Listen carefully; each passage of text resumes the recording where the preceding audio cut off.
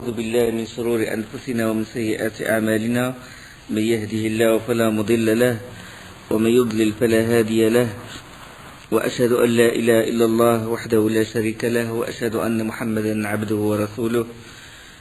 أما بعد، فإن أصدق الحديث كتاب الله تعالى، وخير الهدي هدي محمد صلى الله عليه وسلم، وشر الأمور محدثاتها، وكل محدثة بدعة، وكل بدعة ضلالة، وكل ضلالة في النار.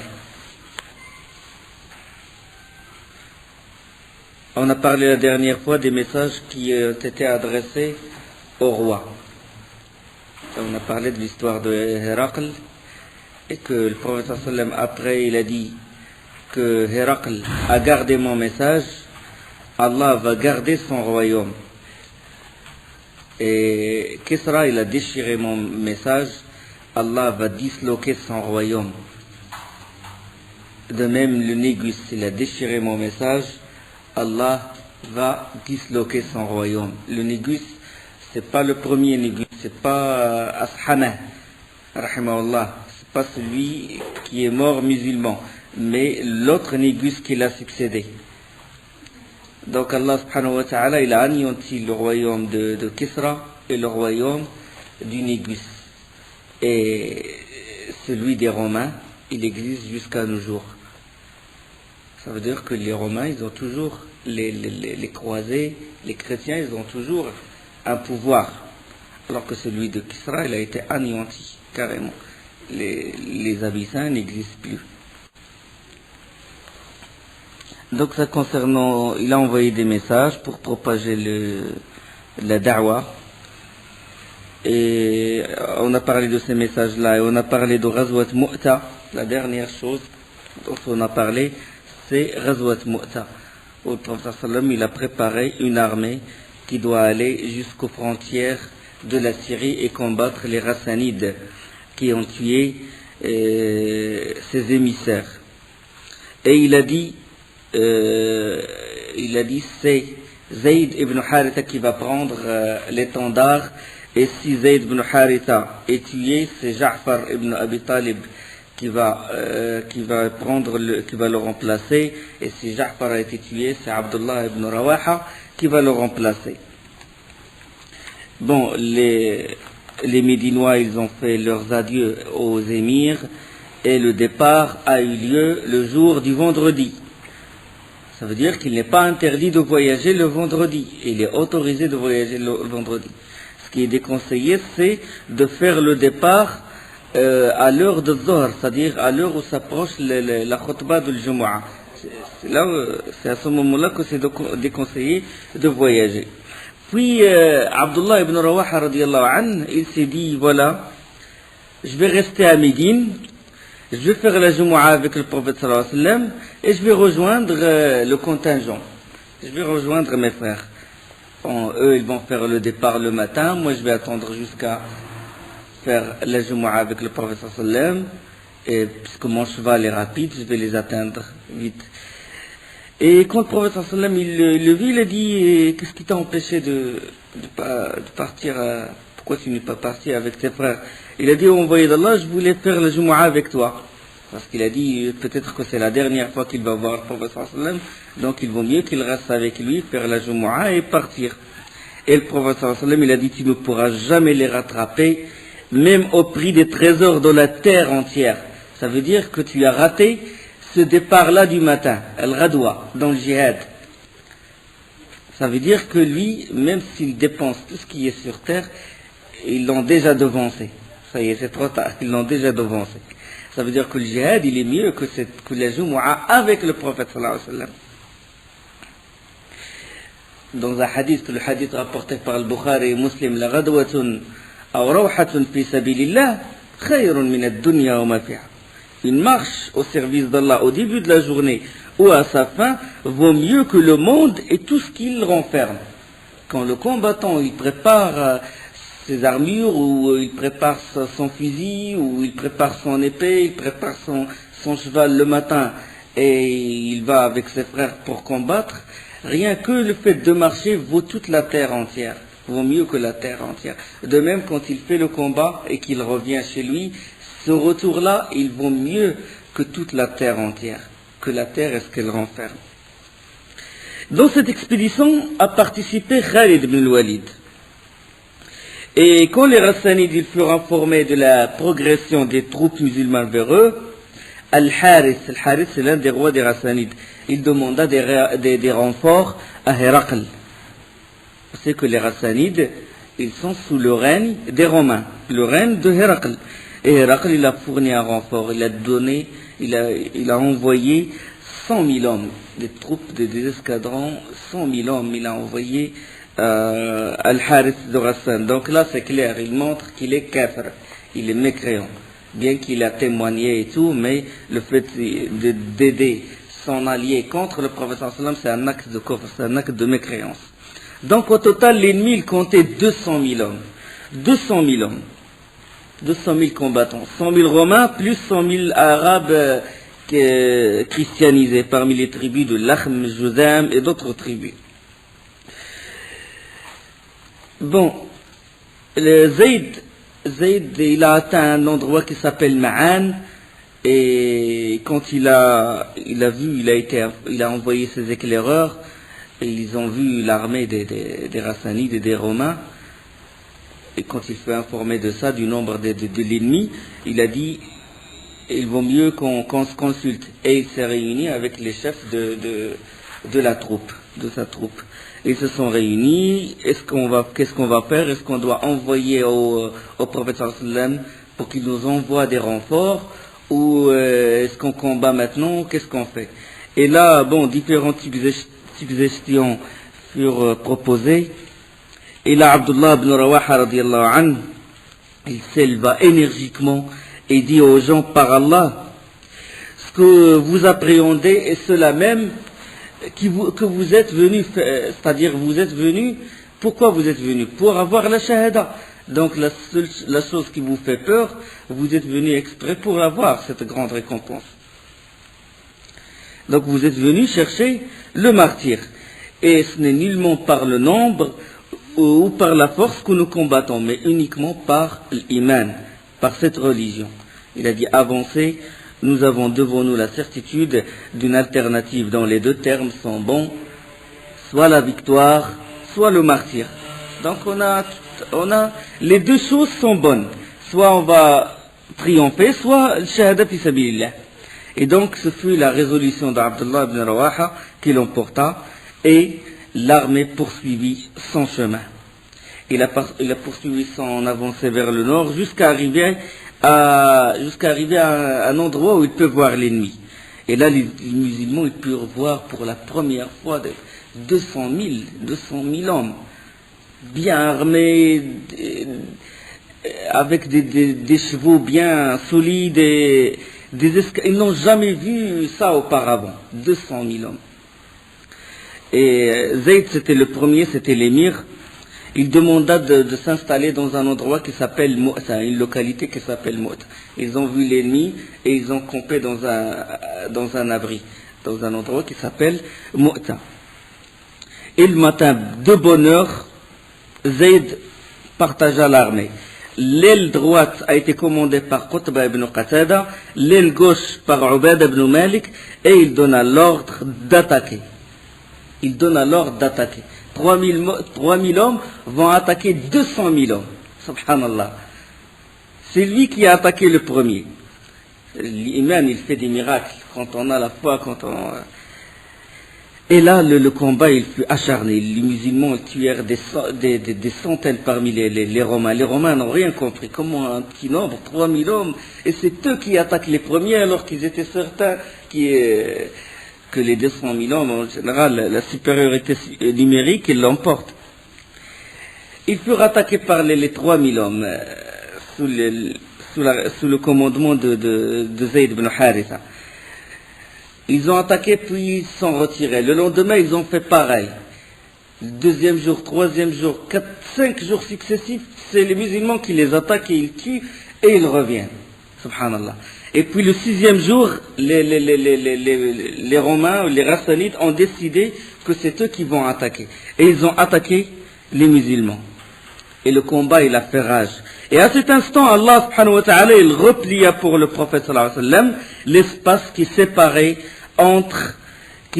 Mu'ta de Médine, en sorte qu'il eut la vision de ce qui s'est passé.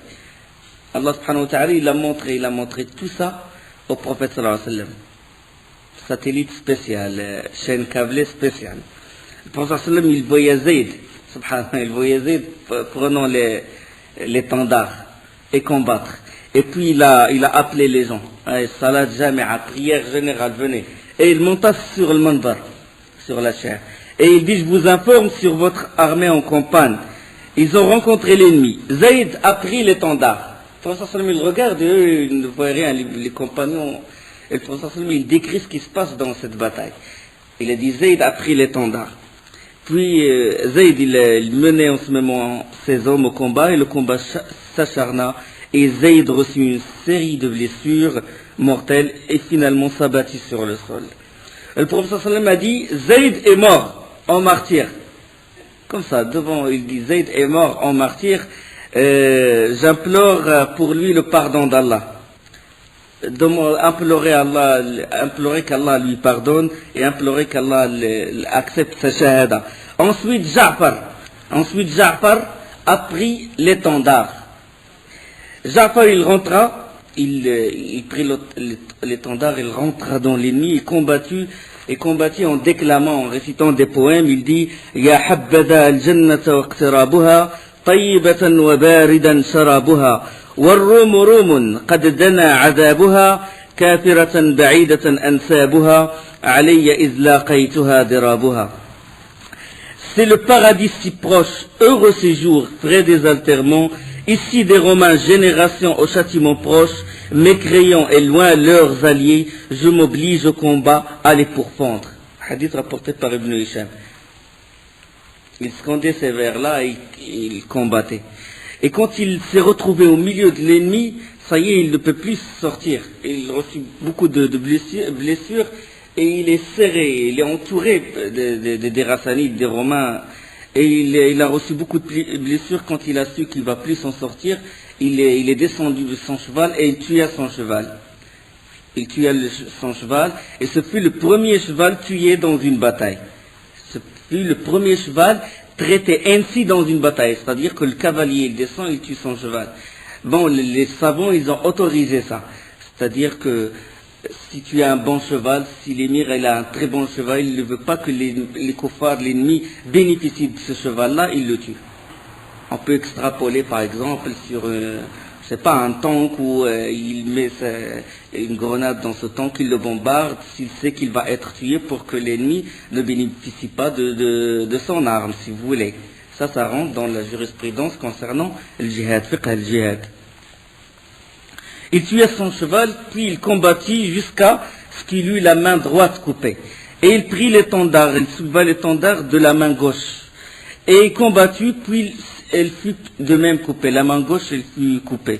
Puis il tint l'étendard jusqu'à sa mort, avec ce qui restait de ses bras, il tint l'étendard jusqu'à sa mort. Et le prophète sallallahu alayhi wa sallam sur le mumbar, il dit, Ja'far tomba martyr, shahid fi sabilillah, témoignez qu'il est martyr. Et ils ont imploré le pardon d'Allah pour Ja'far radiallahu anhu. Le Bukhari, il rapporte qu'on releva sur Ja'far 80 blessures d'épée, de lance ou de flèches reçues dans la voie d'Allah. Tout son corps est blessé, tout son corps est touché par... Et le prophète sallallahu alayhi wa sallam a dit, Allah a remplacé ses deux bras par deux ailes. Il vole avec Jibril et Mikaïl. Et puis il a dit, le prophète sallallahu alayhi wa sallam a dit, ce fut Abdullah ibn Rawaha qui prit à son tour l'étendard. Et il se tue. Le prophète sallallahu alayhi wa sallam, il n'a pas parlé. Quand Abdullah ibn Rawaha a pris l'étendard, le prophète sallallahu alayhi wa sallam n'a pas parlé. Et puis là, puisque Abdullah ibn Rawaha c'est un ansarit, c'est un auxiliaire. Donc deux émigrants ont été tués fi sabilillah, et puis le prophète sallallahu alayhi wa sallam n'a rien dit sur Abdullah ibn Rawaha et les ansarites, les auxiliaires, leurs visages changèrent, ils ont dit que peut-être Abdullah ibn Rawaha il a tourné le dos. Pourquoi le prophète sallallahu alayhi wa sallam s'est tué? Parce que Abdullah ibn Rawaha a eu un moment d'hésitation. Il a eu un moment d'hésitation. Et puis il commence à s'encourager, il a récité un poème, il a dit « Aqsamtu ya nafsi latanzilanna aw latukrahanna, in ajlaba an-nas wa shaddu ar-ranna, ma li araki takrahina al-janna, qad talama kunti mutma'inna, hal anti illa nutfatun fi shanna. Aqsamtu ya nafsi latanzilanna. Toi, mon âme, tu avanceras, je le jure, tu avanceras où je te contrains. De toutes les parts, ou de toutes parts, les gens crient, retiennent leur frayeur, te verrai-je quant à toi refuser le paradis? Bien lent fut donc ton plaisir séjour, n'es-tu pas seulement qu'une goutte dans une outre usée? Subhanallah, pour s'encourager, elle dit tu ne vaux rien, tu n'es qu'une goutte. Une goutte de sperme dans une outre usée. Et puis il dit également يا نفس إلا تقتلي تموتي هذا حمام الموت قد صليتي وما تمنيت فقد أعطيتي إن تفعلي فعلهما هديتي. Toi mon âme, si tu n'es pas tué, tu mourras un jour. Voici le vent de la mort qui t'effleure, ce que tu espérais, tu l'as eu, si tu fais comme eux, tu es guidé. C'est-à-dire, si tu fais comme eux, tu fais comme Ja'far radiallahu anhu, et tu fais comme Zayd ibn Haritha. Puis il descendit de son cheval, et l'un de ses cousins lui en lança un os recouvert de viande, parce qu'il combattait toute la journée, il n'avait même pas le temps de manger. Et puis il lui a dit, restaure-toi avec ce morceau, tu es bien épuisé. Et puis il prit cet os, et puis il en mordait une bouchée, puis entendant le fracas de l'épée et tout le tumulte, si vous voulez, de la guerre, il le jeta. Il le jeta et en train de dire, en disant, tu es encore vivant, et il rentra dans l'ennemi, il est mort, lui aussi combattit vaillamment jusqu'à sa mort. Et le prophète sallam, après s'être tué, il dit, il a combattu l'ennemi, Abdullah ibn Rawaha a combattu l'ennemi jusqu'à mourir en martyr, implorer pour lui le pardon d'Allah. Et il a dit dans un autre hadith, ils ont été élevés au paradis sur des lits d'or. Je vise une différence dans le lit de Abdullah ibn Rawaha par rapport aux deux autres. Les compagnons, ils demandèrent la cause, et puis le prophète sallam, il a dit, ils s'y sont engagés immédiatement, et lui a hésité, puis s'est engagé. Donc ce moment-là d'hésitation a fait que son trône, à lui, son lit, soit un peu plus loin que celui de Ja'far et de Zayd radiallahu anhu. Donc c'est ça l'importance du jihad fi sabilillah. Donc quand l'étendard est tombé, personne ne le prit. Le prophète sallam n'a désigné personne pour prendre l'étendard. Il a désigné Zayd, il a désigné Ja'far, il a désigné Abdullah ibn Rawaha. Donc les trois émirs ont été tués, et les musulmans, qu'est-ce qu'ils ont fait? Personne n'a pris l'étendard, ils commencèrent à prendre la fuite. Le nombre très important de l'ennemi. Abu Rafi' radiallahu anhu, il disait, ça y est, c'est une vraie défaite. Ce que je vois devant moi, c'est une vraie défaite. Tout le monde fuit, les musulmans, et dit, je ne vois pas deux personnes ensemble. Deux personnes, c'est-à-dire que toute la troupe est défaite. Les musulmans sont dispersés. Et subhanallah, ce fut Thabit, un Badrite qui a participé à la bataille de Badr, qui se saisit de l'étendard. Qui peut se saisir de l'étendard en ce moment-là? Subhanallah, en plein... C'est-à-dire c'est un danger, il n'est pas protégé. Zayd, Ja'far, quand ils prennent l'étendard, ou Abdullah ibn Rawaha, ils sont toujours, parce que celui qui prend l'étendard, il est toujours protégé par ses frères. Là, au moment où tout le monde se disperse, lui, il se saisit il s'est mis en danger et il a pris l'étendard. Et puis les musulmans commencèrent à se réunir autour de cet étendard-là. Et le premier qui à l'avoir rejoint, ce fut Khalid ibn al-Walid, radiallahu anhu. Et puis Thabit a rangé les combattants, et il dit, assemblée de musulmans, entendez-vous sur un homme, c'est-à-dire choisissez un homme parmi vous. Et ils ont dit, c'est toi Thabit, c'est toi le premier qui a pris l'étendard. Il a dit, je ne puis accepter. Et puis ils se sont mis d'accord sur Khalid ibn al-Walid, radiallahu anhu. Le hadith, il est rapporté par l'imam Ahmed. Dans une autre version, Khalid commença par refuser cet honneur. Il a refusé, et puis Thabit, il a dit, je ne l'ai pris que pour toi. Il a dit, maintenant, ce n'est plus une question de courtoisie, que je sois un badrite ou un immigrant, c'est une question de quoi? De compétence.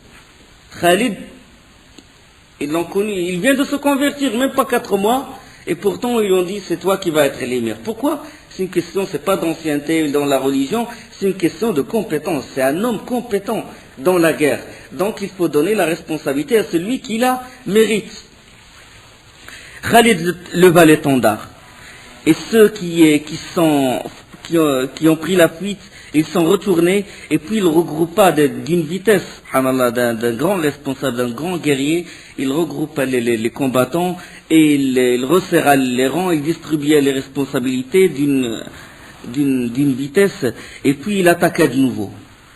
Et l'ennemi fut stupéfait. Comment ça se fait qu'une troupe défaite et se réunit d'une telle vitesse? Ça, c'est l'éminence de Khalid, radiallahu anhu. Et il attaqua, ils tuèrent plusieurs parmi l'ennemi, et le prophète sallam il a dit, ensuite prit l'étendard, un glaive parmi les glaives d'Allah, Khalid ibn al-Walid. Oh Allah, donne-lui la victoire. Et là, alors, là, le combat, il fut acharné. Et la victoire des Romains, il s'est transformée en défaite. Puis, la veille du dernier jour de Mu'ta, Khalid ibn al-Walid, il prépara un plan.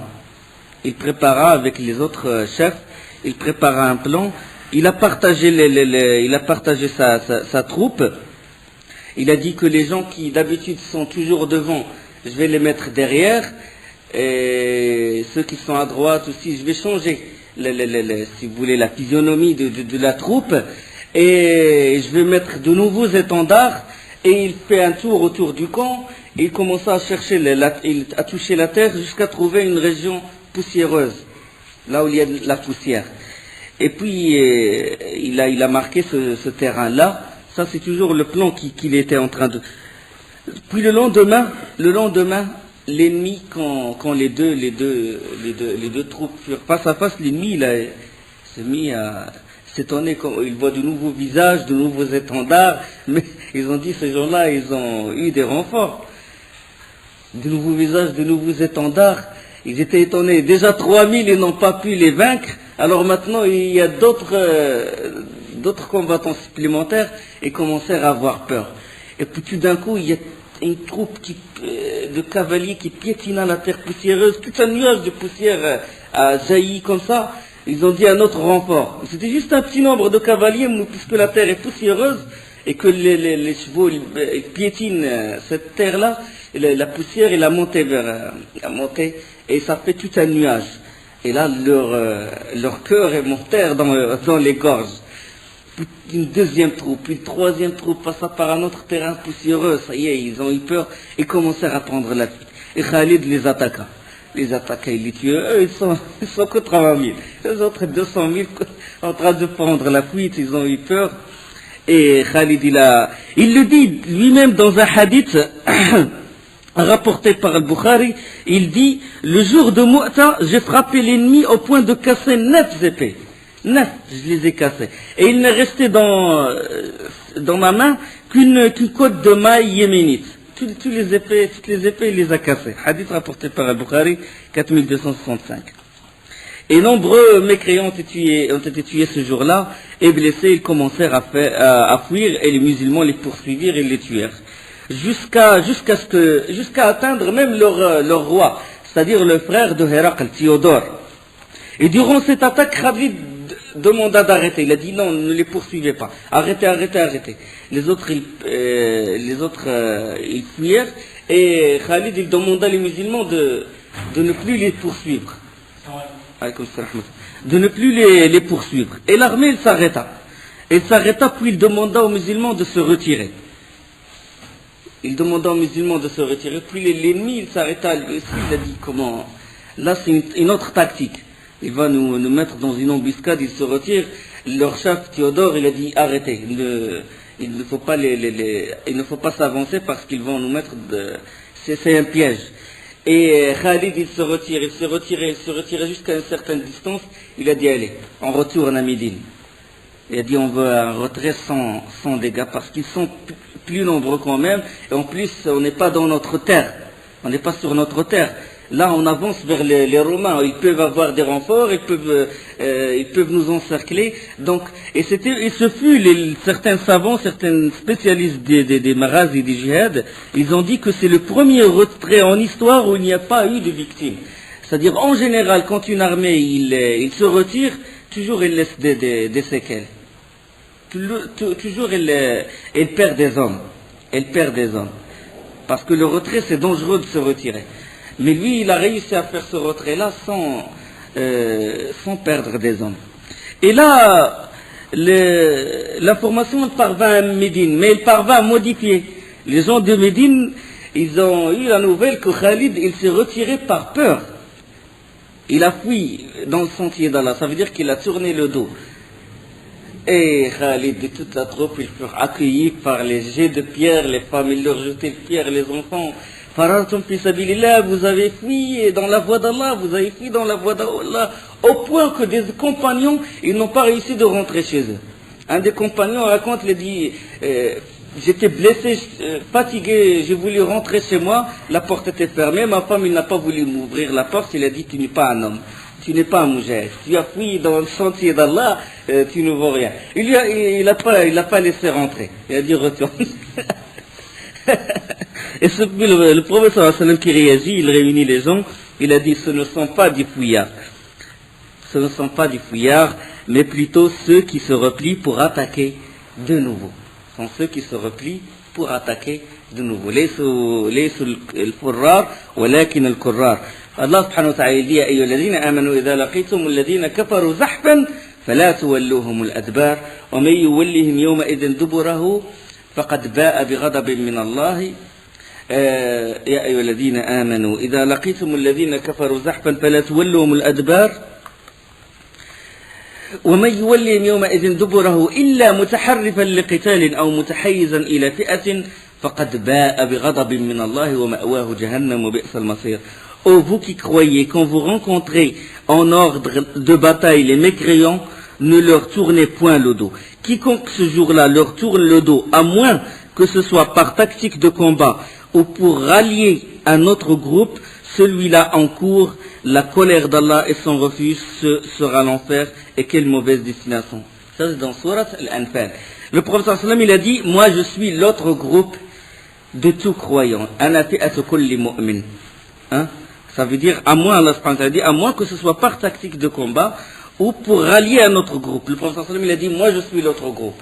Ça veut dire qu'ils n'ont pas tourné le dos. Et finalement, ce n'est pas une défaite, c'est une victoire. Parce qu'ils ont eu beaucoup de butin. Il y a beaucoup de hadiths qui rapportent qu'ils ont eu beaucoup de butin. Et que le prophète sallam, quand il a dit l'un des glaives d'Allah, l'un des glaives après l'étendard, qui est Khalid bin al-Walid, il a dit que Allah va le triompher. Dans un autre hadith, il dit Allah va le triompher. Et donc, Khalid, il a triomphé finalement. Il a jeté la peur dans le cœur des kuffars, et en même temps il a tué plusieurs, et c'est juste une minorité des musulmans qui ont été tués. Il n'y a pas beaucoup de victimes parmi les musulmans. Ils ont eu beaucoup, parmi le butin, il y avait des chevaux avec des selles en or, et il y avait beaucoup de butin qu'ils ont ramené. Et donc le prophète sallam, déjà avant, quand il leur a informé, avant que la troupe n'arrive, parce que ça y est, il a été déjà informé que Zayd a été tué, que Ja'far a été tué, que Abdullah ibn Rawaha a été tué. Directement, il sortit de la mosquée et il partit voir Asma bint Umays, la femme de Ja'far, radiyallahu anha, l'épouse. Et il lui dit, amène-moi les fils de Ja'far. Et le prophète sallam les serra contre lui et les embrassa et les sentit et ses yeux, ils se mouillèrent de larmes. Et il lui dit, Asma radiallahu anha, il lui dit, envoyé d'Allah, toi qui m'es plus cher que mon père et que ma mère, pourquoi pleures-tu? As-tu reçu des nouvelles de Ja'far? As-tu reçu quelque chose, des nouvelles de Ja'far et ses compagnons? Et le prophète sallam m'a dit oui. Ils ont été aujourd'hui frappés et ils sont tombés. Hadith rapporté par Ibn Ishaq. Et là, Asma, il n'a pas pu supporter le choc et il poussa un cri de lamentation parce qu'il a beaucoup souffert avec Ja'far radiallahu anhu. Il a émigré avec lui en Abyssinie, et puis de l'Abyssinie, il a souffert en Abyssinie, puis de l'Abyssinie, il est revenu à Médine, et puis, c'est-à-dire, il a beaucoup souffert avec son mari Ja'far. Il n'a pas pu supporter, et il y avait des femmes qui accoururent vers elle pour la consoler. Et là, le professeur sallam revint chez lui et demanda à sa famille, à sa femme, Aïcha, de préparer à manger pour la famille de Ja'far. Il a dit, leur chagrin les tient trop occupés pour qu'ils puissent prendre soin d'eux-mêmes. Hadith rapporté par Ahmed Tirmidhi ou Ibn Majah. Donc, c'est de la sunna que quand il y a un mort, c'est pas la famille du mort qui prépare le repas parce que elle est occupée par le mort. Donc, il est chagriné, ils sont touchés, ils sont préoccupés par ce mort-là. Donc, c'est les voisins, normalement, qui doivent préparer le repas pour la famille du mort. Et puis le prophète sallam, il envoya à femme pour les déconseiller de se lamenter. Et il invoqua Allah pour la famille de Ja'far. Il a dit, je suis leur allié ici-bas et dans le delà. Après 3 jours, il a dit, ça y est, ne pleurez plus sur mon frère. Après aujourd'hui, hadith rapporté par Ahmed, il a dit, ça y est, 3 jours, il n'est plus permis de pleurer. Et là, bon, il y a beaucoup de leçons à tirer, parmi lesquelles le mérite des 3 émirs, Zayd, Ja'far, Ibn Rawaha, la consécration de la tradition de faire des adieux à ceux qui entreprennent un voyage. Par exemple, quand quelqu'un fait un voyage, la famille et tout, il fait les adieux à cette personne. Ça, c'est une bonne tradition, c'est une bonne chose, confirmée par l'islam. Le rappel d'une vérité par Abdullah ibn Rawaha, selon laquelle les musulmans, ils ne combattent pas leur ennemi par le nombre, mais par l'iman, la foi. D'accord? Par l'iman. Parce que si, comme a dit Omar ibn Khattab, quand il a envoyé en expédition un de ses émirs, il lui a dit, il faut être pieux, il faut invoquer Allah, il faut faire beaucoup d'adoration, parce que si vous êtes égaux, si vous et votre ennemi, vous êtes à égalité dans les péchés, ils vont vous battre, parce qu'ils sont plus forts, ils ont beaucoup plus d'armes. Donc si on fait les mêmes péchés que les kuffars, c'est normal que c'est eux qui nous mettent en déroute, c'est eux qui ont le dessus. Comme ce qui se passe maintenant. Il y a aussi le bon usage d'interpeller sa conscience et de l'encourager, comme a fait Abdullah ibn Rawaha quand il s'est encouragé pour combattre et pour suivre son devoir. Il y a aussi un signe de la prophétie du prophète sallallahu alayhi wa sallam, miracle, le fait qu'il a regardé ce qui se passe devant lui alors qu'il est à Médine. Et il a regardé tout ce qui se passe en Syrie, à la frontière de la Syrie. Et puis le mérite de Khalid ibn Walid et l'origine de son surnom, Sayf Allah, l'épée d'Allah. Et il y a aussi le droit de se consulter et désigner un émir en absence de l'imam, parce que le prophète sallallahu alayhi wa sallam, il n'a pas désigné Khalid ibn Walid. Donc s'il n'y a pas l'imam qui désigne, il est absent, il est loin, et que la situation, il demande qu'on désigne tout de suite un émir, les combattants, ils ont le droit de désigner un émir. Et c'est ce qu'ils ont fait, ils ont désigné Khalid ibn Walid, et le prophète sallam a confirmé Khalid ibn Walid. Il a confirmé ce qu'ont fait les compagnons. Et il y a aussi le bon usage de porter l'enfant, le sentir et l'embrasser, par miséricorde. Il a aussi le droit de pleurer, d'accord, et l'interdiction de se lamenter. Donc, latm laysa minna man latam al-khudud wa shaqqa al-juyub wa da'a bi da'wa al-jahiliyyah. Ne fait pas partie de nous celui qui se griffe le visage ou il se gifle et qui se déchire les vêtements et qui appelle à l'image du paganisme anti-islamique. Tu as le droit de pleurer à mort, mais tu n'as pas le droit de griffer. Ça, c'est le jahiliyyah, l'ignorance. Donc, on a le droit de pleurer. Parce que bon, après, quand les femmes, ils ont rejoint Asma ibn Umayy, ils n'ont pas arrêté de pleurer, le prophète sallallahu alayhi wa sallam, il a envoyé un homme pour les déconseiller, de se lamenter davantage, et la personne, il n'a pas réussi à les arrêter, de pleurer. Et puis il est retourné voir le prophète sallam, mais le prophète sallam, il a dit mets de la terre dans leur bouche. Enfin, c'est pas que tu le mets, mais il mérite qu'on mette la terre dans leur bouche. Pourquoi? Parce qu'ils se lamentent et ils sont lamentés trop longtemps. Et il y a aussi, arrêter de pleurer après 3 jours, ça c'est pas... Mais il y a une autre chose, c'est ce qu'on appelle l'hidad, le deuil. Le deuil, il ne doit pas dépasser 3 jours. Sauf pour la femme du mort. C'est combien? 4 mois et 10 jours. والذين يتوفون منكم ويذرون أزواجا يتربصن بأنفسهن 4 أشهر و10. Il y a le hadith, il n'appartient pas à une femme qui croit en Allah et au jour dernier de faire le hidad, c'est-à-dire d'être en état de deuil plus que 3 jours sur un mort, sauf pour son mari, 4 mois et 10 jours. Hadith sahih. D'accord? Donc une femme ne doit pas être en état de deuil sur une personne qui n'est pas son mari, qui n'est pas son mari. Elle a le droit de le faire 3 jours. Après 3 jours, ça y est. Donc Zaynab bint Jahsh, il y a un hadith de Zaynab bint Jahsh radiyallahu anha, quand son frère est mort. Après 3 jours, elle était en état de deuil. Puis après 3 jours, qu'est-ce qu'elle a fait? Elle a demandé qu'on lui ramène du parfum. Et il a mis du parfum.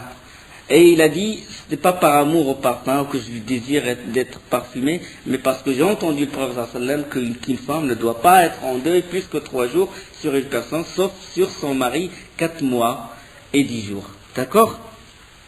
Il n'y a pas car l'innovation des draps en berne ou les bid'a, des innovations contemporaines, une innovation de ce temps-là.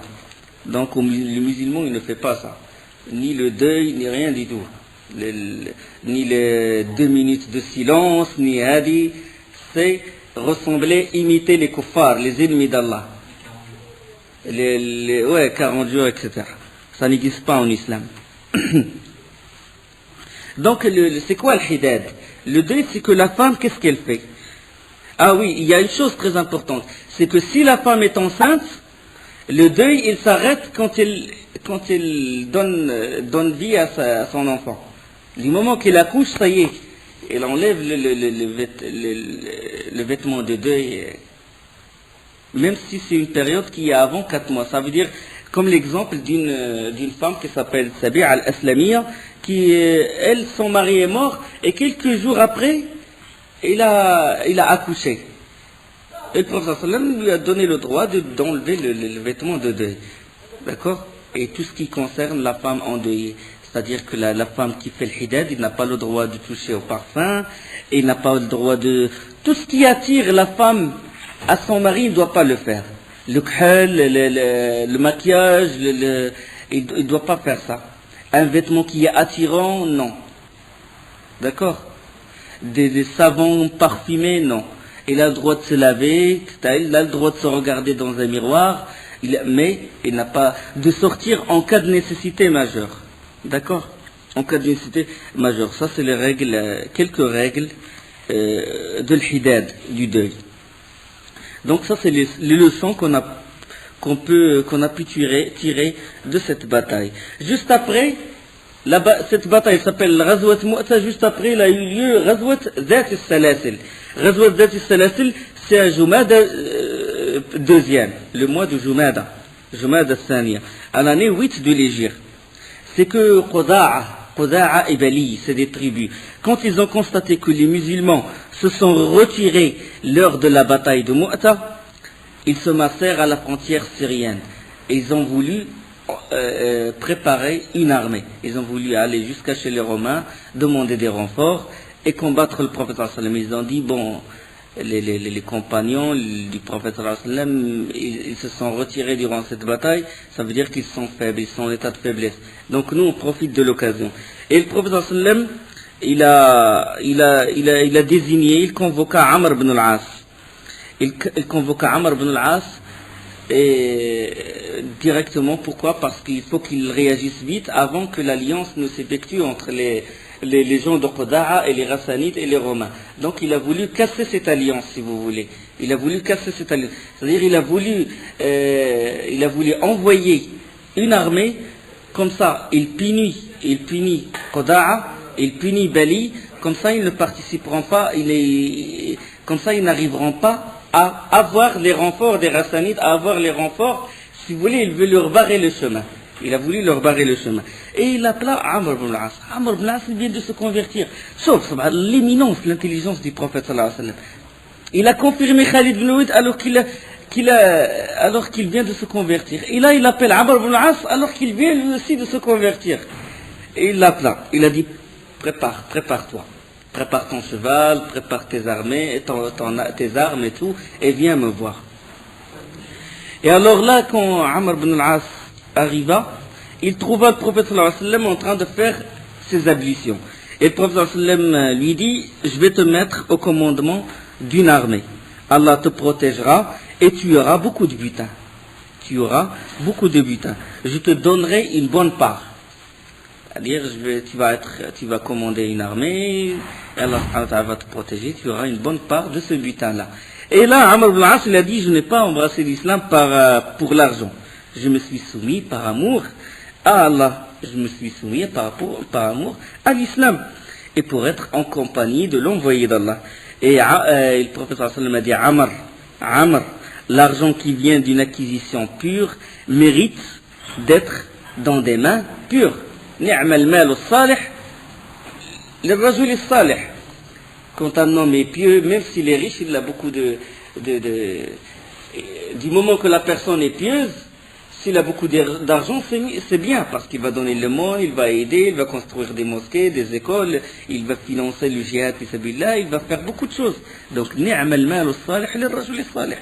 L'argent qui vient d'une acquisition pure, il mérite d'être entre des mains pures. Hadith rapporté par Ibn Hibban, 2277, par Imam Ahmed, et dans le Bukhari, dans Al-Adab al-Mufrad. C'est pas dans le Sahih, mais dans un autre livre. Et alors là, il le désigna pour aller combattre Quda'a, la tribu de Quda'a, et sous le commandement de Amr, figure qui? Abu Bakr. Sous le commandement de Amr ibn al-As figure Omar ibn al-Khattab. Sous le commandement de Amr ibn al-As qui vient de se convertir, il figure Saad ibn Abi Waqqas. Les têtes des musulmans sont derrière lui. Lui, il est mien. Pourquoi le prophète sallallahu alayhi wa sallam l'a désigné? Parce qu'il connaît sa valeur. Il sait qu'il est très rusé. On a parlé de cette histoire quand les Quraysh l'ont envoyé comme émissaire en Égypte. Comment il a su bien parler en Égypte.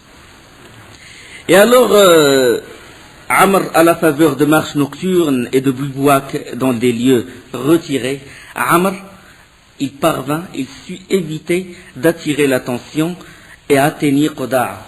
Il marchait la nuit et le jour il se cachait pour ne pas que Quda'a soit au courant de leur avancée. Parce que si jamais ils sont au courant, ils vont se précipiter vers les Romains, vers les Hassanides, demander des renforts. Donc lui, il a voulu les brusquer. Et là, il arriva à un endroit un point d'eau qui s'appelle Jud'an, et qui se trouve dans une région qui s'appelle Salasil. Et c'est pour ça qu'on appelle cette razwa, la razwa de Salasil. Il envoyait des éclaireurs pour l'informer de ce qui se passe chez Quda'a, la tribu de Quda'a. Et les éclaireurs l'informèrent. Il envoya Rafi' ibn Makith al-Juhani. Il envoya Rafi'. Et Rafi' lui a dit qu'il y a beaucoup de monde, qu'il y a beaucoup de combattants dans la tribu de Quda'a. Ils préparaient leurs armes. Et là, Amr ibn al-As, qu'est-ce qu'il a fait? Il a envoyé Rafi' ibn Makith, il l'a envoyé au prophète sallallahu alayhi wa sallam. Il lui demanda des renforts. Il n'était que 300 hommes. Il a demandé des renforts. Alors immédiatement, un contingent supplémentaire de 200 hommes se mit en route sous le commandement de qui? De Abu Ubaida ibn al-Jarrah. L'un des meilleurs combattants, l'un des grands combattants parmi les compagnons du prophète sallallahu alayhi wa sallam. Et l'un des plus intimes, c'est-à-dire l'un des plus proches du prophète sallallahu alayhi wa sallam. Et on a parlé de son mérite lors de la bataille de Badr. Et Abu Ubaid ibn al-Jarrah, quand il arriva, Amr ibn al-As, le nouveau converti, a dit à Ubaida, c'est moi votre émir. Il a dit, c'est moi l'émir de tout le monde. Toi, tu n'es qu'un auxiliaire, tu viens m'épauler. Et là, certains compagnons, ils n'ont pas accepté la réaction de Amr ibn As. Ils ont dit, écoute, lui, c'est l'émir des émigrants, il est un émir sur les émigrants, et toi, tu es un émir sur tes compagnons. Il a dit, non, non. Il a dit, vous êtes pour moi une force auxiliaire. C'est moi l'émir, c'est moi qui dirige. Et alors là, Abu Ubaïda, elle a dit, la dernière chose que m'avait dit le prophète sallallahu alayhi wa sallam, que m'avait commandé l'envoyé d'Allah, c'est de veiller à ce qu'il y ait une parfaite coopération et qu'aucun désaccord ne s'élève entre les deux contingents. Il a dit, plutôt que de risquer que tu puisses me désobéir, c'est moi qui va t'obéir.